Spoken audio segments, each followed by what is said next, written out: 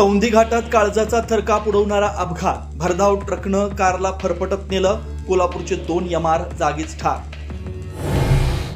रुग्णालयात डॉक्टर नर्सवर हल्ला, आरोग्यमंत्र्यांनी दिली कडक भूमिका. डॉक्टर नर्सवरील हल्ल्यानंतर आरोग्यमंत्री ऍक्शन मोडमध्ये.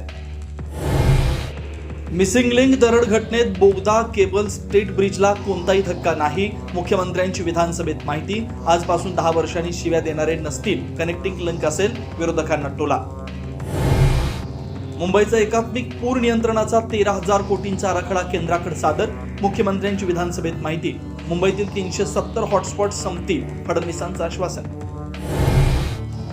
नाशिकमध्ये गोदावरी नदीनं धोक्याची पातळी ओलांडली. दुतुंड्या मारुतीच्या छातीपर्यंत पाणी. रामकुंडावरची छोटी मंदिरं पाण्याखाली. गिरीश महाजनांकडून आढावा.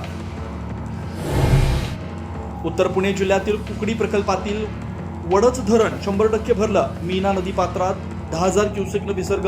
नदीकाठच्या गावांना सतर्कतेचा इशारा.